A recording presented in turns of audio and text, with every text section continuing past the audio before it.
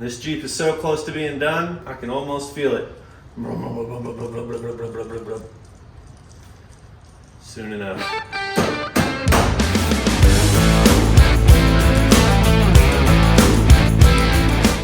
Here we go. So this is the Crusty Commando. We've just finished the rear axle. Everything is done back there. So now it's time to move up to this front axle. What do we need to get done? I need to do rotors, pads, bleed the brakes. I also need to make sure the alignment is still in spec. I did do a full video on how to do that. Click here, wherever, to see that full in-depth video. However, I still will do a quick overview of how to do that later on in this video as well. I need to pull the tie rod, the drag link, get it painted, get it all put back in, buttoned up nice and neat. And then I also need to go ahead and install the front shocks on this Commando. So without further ado, let's get to it. So I've got most of this already set up now. I didn't film any of that. Like I said, there's a full video on this, but I want to give you guys the quick and dirty version of how to do an alignment on your Jeep. So in the middle, what I did is I actually took a laser level and shot it right down the middle of the frame and then marked the center point on the axle, and that allowed me to then adjust my track bar here to push that axle left to right and get it centered directly in the middle of the frame. So then from there,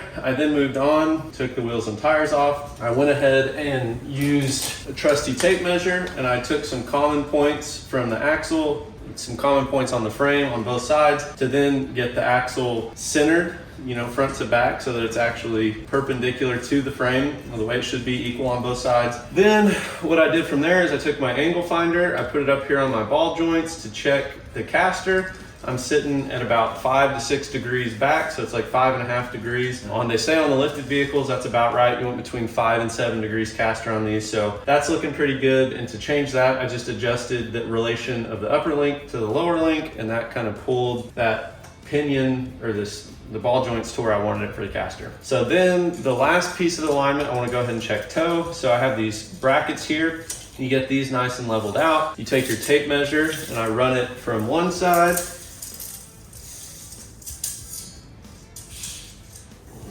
all the way to this side, and that is going to be 63 3/8.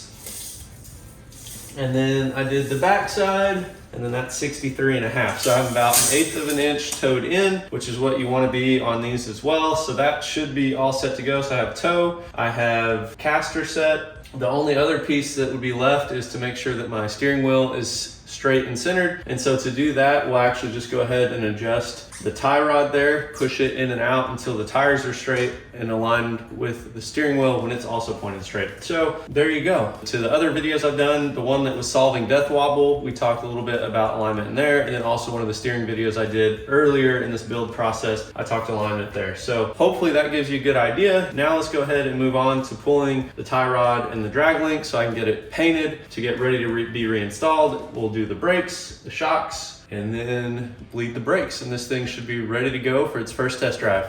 So I said I was going to pull the tie rod and drag link and get it painted. Well, I changed my mind. I don't know if you guys have an opinion on this, but I feel like I've been asked a few times before where, you know, someone says, hey, you know, should I get this powder coated? Should I bed line it? Should I paint it? What do you do? And, you know, for me, I've always defaulted to just painting it. I'm like, why would I do anything else that's more expensive and maybe more difficult to like match or repair in the future, especially for items like this, like a tie rod and a drag link. I have a feeling I might find a few rocks with it here and there. And you know, if I'm gonna do that, it's also gonna need touched up from time to time. And so to me, it's like, oh, now I just know everything's Rust-Oleum satin black paint. So if I scratch it, dent it, mess it up, all I have to do is go ahead and take some Rust-Oleum satin paint and paint it. So that's what I'm gonna do with this, and I'm actually gonna just brush it on. I've had good luck with that, so I was like, I'm not gonna worry about pulling it. That's just one less thing I have to do. So I left it on, and now I've moved on to the brakes, which for some reason I grabbed a wrench and I need a socket. So hold on one sec. But yeah, so basically tie rod and drag link, those are gonna stay in. I'll just paint them myself here in a little bit. And so I moved on to brakes, which I feel like this is another good episode option. You know, I was doing a few of those wrench and wallet episodes earlier, when I was starting out the channel, and you know, I think they were helpful. You know, I don't know, not everybody just loved them, it seemed, but I feel like brakes are another good option to talk about that with, where you're kind of like, well, do you do your own brakes or do you take it in? And I did a little short on this even, you know, and it seemed to get a lot of traction on, you know, different opinions on which things you should do. We did one with oil changes, but brakes are something I've always felt like you should just tackle them yourself. I don't think brakes are super complicated. They're very intimidating. You know, if you've never done this kind of stuff before, I think they can be very intimidating to dive into something like this, but for the most part, they're really not that bad. So you can see, I mean, I just took these 2 caliper bolts off, moved the caliper out of the way, you know, and doing it myself. I mean, well, the other thing is with a project like this, you kind of have to do it yourself. There's no way for me to be able to haul it. I mean, I could haul it in. It's just a lot more effort though when I can just do the brakes myself. So the other thing was I was able to get some nice drilled and slotted rotors, and I feel like that alone helps make it worth it too. I mean, you save all this money doing it this way, and so you can get a little bit nicer parts when you do that. So, you know, again, to me, it's kind of a no-brainer when it comes to brakes. Like, that's one of those things I always do, and I feel like I'm constantly helping my friends do. Just because I feel like it's not that complicated. It doesn't take that much time to get these done. You know, it's probably taking more time just to sit here and talk through all this than it is to actually do them myself. But, you know, for the most part, I feel like brakes are something you just go ahead and tackle them. If you got a few basic tools, a little bit of know-how. And I will say, one of the tricky things with this in comparison, like typically doing brakes, is I don't really have this was before, this was after, this is what it should look like. Because if I ever do brakes, it's usually do one side, leave the other side alone. So if you mess up, you can always go and reference back and forth. Well, this has been sitting for so long, I don't have anything to reference. So we'll just see if I can figure out how to do these brakes. So again, I don't think they're gonna be that complicated. So here's your caliper. There's actually no fluid in it, so I think I might be able, well, they're still pretty stiff. I usually use a C-clamp on this. I'll leave the old pad in here and I actually just C-clamp to push this out. But I found this pretty neat little tool on Amazon. But basically what it does is it allows you to then put it in here and then just tighten this down, and it pushes that piston back. And the reason you need to do this is because when that piston's all the way out, you're not gonna be able to fit the new pads, which are gonna be thicker than the old pads, around that rotor. And so this just lets us do that real nice and simple. And again, this tool is just, it makes it so much easier than a C-clamp and trying to figure that out and whatever else. Like, I mean, you can see like that's pretty much done now. And if I had the old pad, it would just push the whole thing back, but there you go. So did that, you're ready to go. And then all we gotta do is figure out which way these go, which I believe is gonna be like that. I'll grab the camera in a minute and show you, but this will just slide on this little brake, this bracket here. This other one's gonna do the same thing on the back side, which I'm actually gonna go ahead with it and just push it into the piston here. So just like that. And then this will slide on.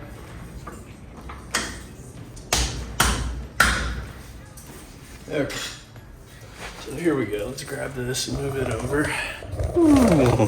So get this moved over so you can see, there you go. Brakes, I mean, that's literally all it's gonna be. So those just sit in just like that, kind of channel in here on the bottom piece. We'll have the 2 bolts back here, 2 13mm bolts. Tighten those down, and then the brakes should be ready to go.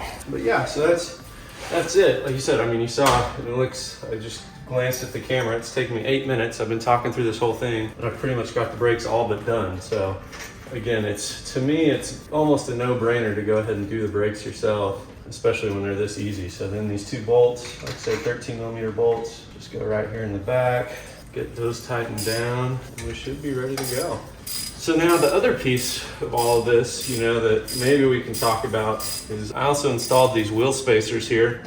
I don't know if you guys feel this way or not, but for me, I know there's like mixed reviews on the wheel spacers. I don't love to use them. If I don't have to, I won't. In this case, I built the whole thing, everything's done. For whatever reason, the back spacing or the width of this axle, both of them, the width of the tires, at full flex, it actually started rubbing this coil mount up top. And so with that, I could have done 2 things. I could have limited the up travel, and that would have been fine. I could have bought a different wheel, which that would have been fine, but it cost more money. And when I bought these wheels, they actually came with these wheel spacers. And so to me, that was the easiest, cheapest option just to get this thing up and going. In the future, you know, if I'm like, you know, I think different back spacing on the wheels would be nice and, you know, solve that problem. It's a pretty easy fix. But I've used wheel spacers on a bunch of our vehicles, or just adapters. We had another Cherokee that we used adapters on so that we could run the stock. Well, they're not stock, they'd be 5-on-5 wheels. So let me go back. I keep getting distracted. I'm trying to talk through this, but so in the past we had a Jeep Cherokee, a green one. It was really neat. My brother's. It came with some 5-on-5 like Jeep JK wheels, so it really tucked in nice and narrow. But with that, these are 5-on-4.5. Those were 5-on-5.5. So we actually had to run an adapter. And really, we never had any issues. The only thing I've ever seen with these is that when you install them, you just really need to make sure, one, you want the hub-centric version, and then two is just that you actually torque and check the torque specs on your nuts all the time, because that has been something that I've seen happen time and time again, is that you just check these torque, or you just check the torque on your actual wheel nuts, not the torque on the actual spacer itself. And that's usually where I've seen all the issues. But I feel like if you've torqued them to spec, you do the whole 100 foot-pound torque, and then you drive it for a few hundred miles, you pull the wheels off, you torque it again, use your Loctite, all that kind of stuff. I've never had any issues with these, knock on wood. Hopefully it stays that way. But what do you guys think as far as, you know, the wheel spacer argument, debate, whatever? Like, are wheel spacers a go-to for you guys, or are they a never ever for you? So let me know what you guys think in the comments. So I'm pretty sure this maxes out at like 100 foot-pounds, so we should be good. We're torqued to spec as far as I know. So but there you go. The brakes are done on this side. Now we'll go ahead and move on, get the other side done. I won't film any of that or bore you with the process. But as you can see, there you go. I think brakes are a pretty easy job. For me, brakes are always a wrench, not a wallet. I'll do them myself probably till I can't move anymore, and then I'll make the kids do it. But really, I think it's a pretty straightforward process. Why not do them yourself? So there you go. One brake's done, I'll do the other brakes, and then the shocks are actually on national back order and aren't supposed to be here until the end of this month. But I got lucky on Facebook Marketplace yet again. Found a guy here local. He's gonna give me a 6-inch lift for a Jeep TJ, dual rate springs front and rear, which I've got some secret plans for those in the future, but also giving me 6 sets of shock, or 3 pair of shocks, 2 for the front, 4 for the rear. And since they're for the 6-inch lift, that's actually gonna fit perfect for this. So I'm gonna go get those for a case of beer this afternoon, get them installed, and then hopefully be able to test drive this thing in no time. But I'll get that done, hopefully maybe later today or tomorrow on the video. It'll be the next thing I do. I'm gonna go ahead and get the shocks installed. All right, here we go. Okay, so 20-minute drive, a case of beer later, I have shocks.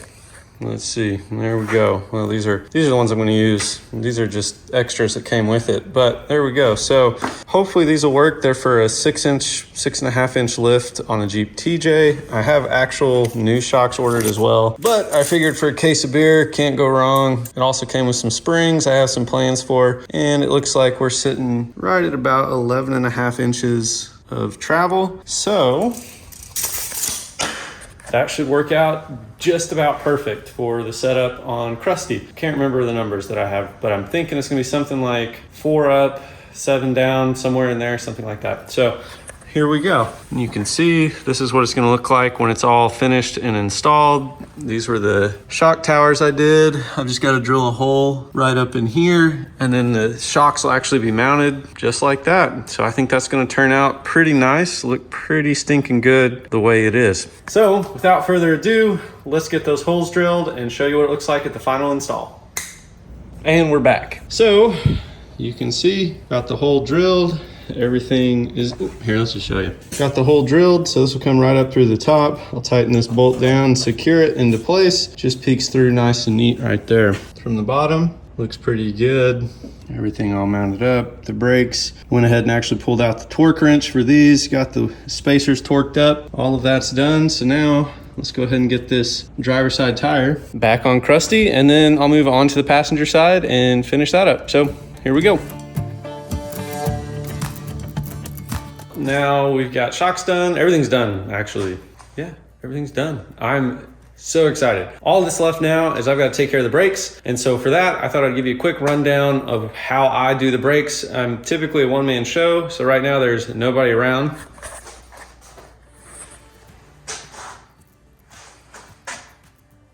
Yeah. Anybody hiding? No. All right. So I've got nobody here to help me actually bleed the brakes. So this is what I do to bleed them by myself. I'm also gonna talk about something else I saw online. I wanna see if somebody else has other tips or tricks on how they do it. But here's how I do it. I have one of these Automotive Products Power Bleeder. I really wonder too if you could just make one of these with some fittings and like a weed sprayer, you know, that you get one of those little pressurized tanks from Lowe's. But all it does, it has a little pressure gauge. And so right now what I've done, I went ahead and hooked it up. So you can see it just hooks up to your brake booster, your brake fluid reservoir. And it just has a little fitting under here that just seals up. I've got another one for a square bore reservoir. So I could have a few different options here, but then you just tighten these wing nuts down and then you come back over here and you can see I just have it testing pressure. It's holding pressure right at about 15 PSI. I'll let that hold for a little bit. And then after that's done, I'm gonna go ahead and take the brake fluid, put it in there, and then I just work my way from the furthest corner all the way to the front, and that's it. So I just basically have to open it. The pressure on this system pushes all the fluid through, and I can just do it myself. So it makes it really easy to do. And so there you go. That's how you do it. Power bleeder. You can bleed the brakes all on your own. Now, I recently also saw a way where basically you just take some of this, you take, you know, just some clear hose like this, and then you put that on your bleeder hose or your nipple on the caliper, and then you run that into a full bottle of brake fluid, and you just sit there and pump. And what that does is it pushes the air bubbles out into that bottle, and then you can just tighten the caliper bleed valve shut and move to the next one and do that for all of them, and you can bleed it by yourself also. Has anybody else seen that trick? What do you know? All right, thanks. Okay, the Crusty Commando is ready to go. Only problem is it's dark outside and I am gonna give it a little bit longer before I take it out for the inaugural test run. So hopefully you enjoyed checking everything out, seeing me get it ready for that first drive. I'm so excited. I can't wait to see how this thing handles, and I hope I did everything right. Hopefully we did everything right. Yeah, woo.